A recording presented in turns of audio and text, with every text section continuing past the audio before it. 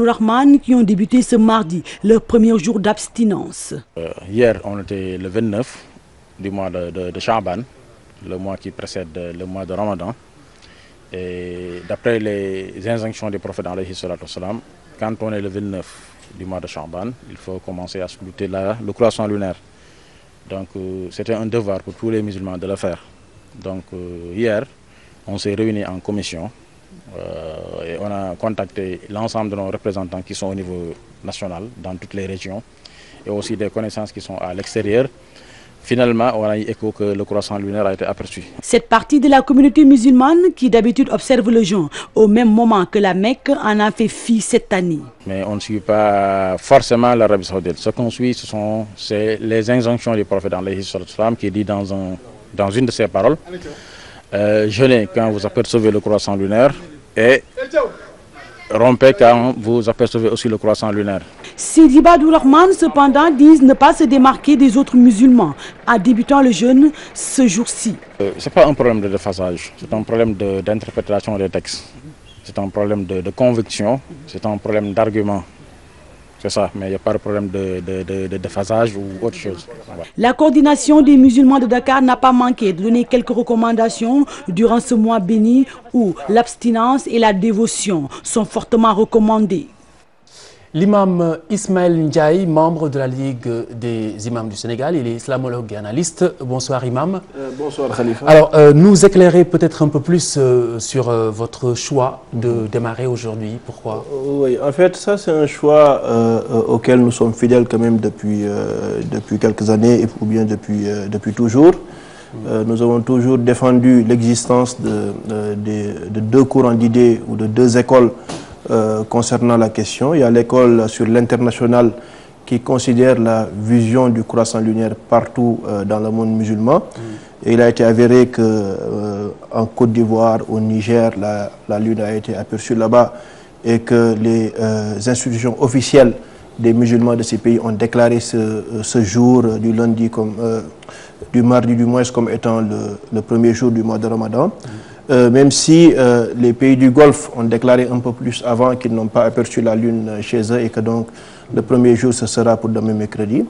Et que donc suivant cette logique de la vision internationale, nous avons choisi de considérer cette vision-là et de jeûner aujourd'hui comme étant le premier jour du mois de Ramadan. Comme recommandé par l'islam, au Sénégal, il y a également une institution disons officielle, la commission d'observation du croissant lunaire. Est-ce que vous avez échangé avec ses membres?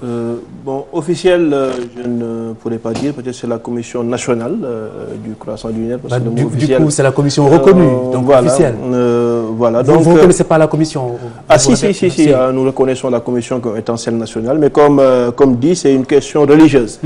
Et dans les questions religieuses, sont les convictions religieusement fondées qui comptent. Oui. Et la conviction de la commission nationale étant le territoire national, c'est-à-dire le territoire sénégalais. Bon, je l'ai toujours dit quand même, c'est une remarque que j'ai faite aux dirigeants de la commission, que des deux points de vue islamiquement fondés, je n'ai pas vu cette troisième-là, qui veut qu'on limite le territoire d'observation à une logique, disons, géographique nationale comme on la connaît actuellement, même si je peux accepter pour les Sénégalais qu'ils choisissent de suivre une autorité religieuse. Donc cette commission ne répond pas aux critères...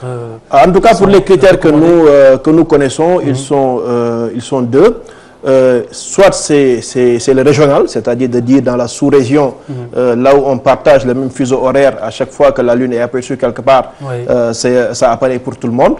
Ou bien c'est l'international de dire à chaque fois que j'entends dans un pays musulman que la lune est apparue, je considère cela. Donc ce sont les deux visions qui sont islamiquement fondées. Maintenant, une troisième vision, nous n'en avons pas.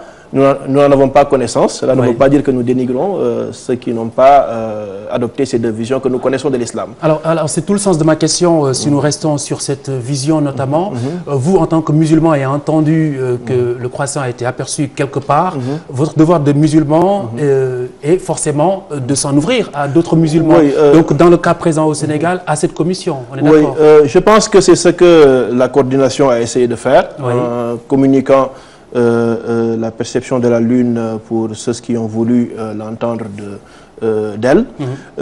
Et pour les autres, ils n'ont pas considéré la journée d'hier comme étant le 29e jour. Oui. Donc il n'y avait pas raison pour eux d'ausculter la lune au soir d'un 28e jour. Donc c'est normal. Mais ce que je voulais dire, pour le musulman, c'est pas le démarrage ou non, l'effectivité ou non qui est le plus important. C'est la quintessence du jeûne du mois de Ramadan.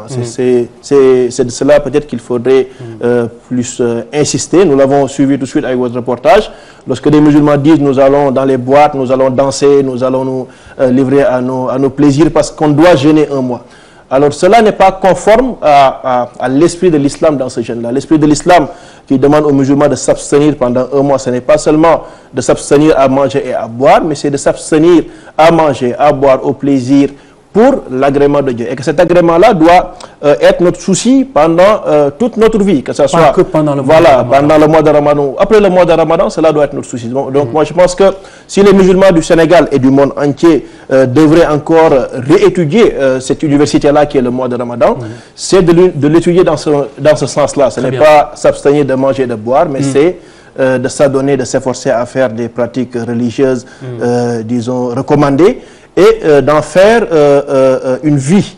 Et c'est cela que le mois de Ramadan veut dire. Très bien. Alors, Imam, la religion, vous l'avez dit, est ce qu'il y a de plus intime, mais Dieu dit que tous les musulmans sont frères. Je ne sais pas si je vais réciter juste « Innamal mu'minuna ikhwa », c'est bien cela. Alors, pourquoi du coup, à chaque année, à ce moment, il y a cette division? Oui, il ne faut pas lire la situation comme étant une division. Il faut la lire comme étant une pluralité de vues. Et c'est au moment où les musulmans arriveront à un niveau où ils comprendront que l'islam n'est pas seulement un seul mazhab, c'est-à-dire c'est pas seulement une seule école, c'est pas seulement quelques savants qui sont au Sénégal ou quelques autres qui sont en Arabie Saoudite, mais c'est une communauté qui regorge de beaucoup de savants, qui compte plus de 7 écoles. Si je considère seulement l'école le mazhab des Ahlus Sunnah, on a plus de 7 écoles de vues religieuses, et qu'il faudrait considérer toutes ces écoles-là, se dire que tout cela ont fait leur effort d'interprétation en voulant satisfaire à la logique religieuse, en voulant satisfaire à Dieu. Et que donc,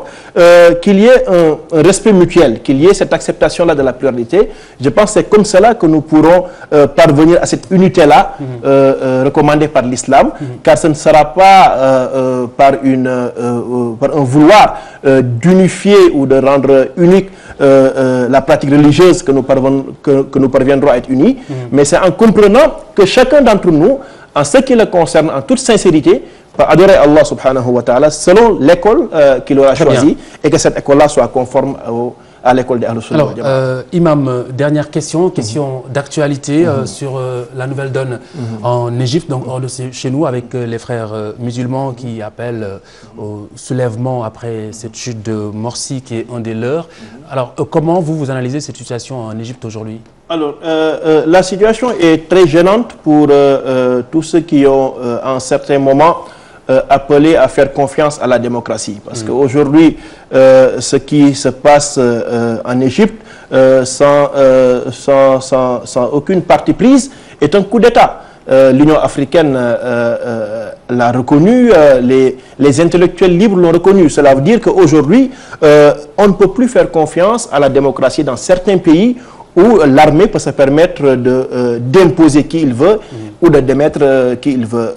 Ce que je conseillerais, moi, en tout cas, aux frères musulmans, c'est de ne pas répéter les mêmes erreurs que le fils en Algérie. Nous avons vu, après ce coup d'état militaire en Algérie, ce qui s'est passé en effusion de sang, en infiltration, en tuerie, en extrémisme, en même barbarie, qu'il faudrait éviter pour le peuple frère égyptien. Moi, je pense que les Égyptiens sont très intelligents.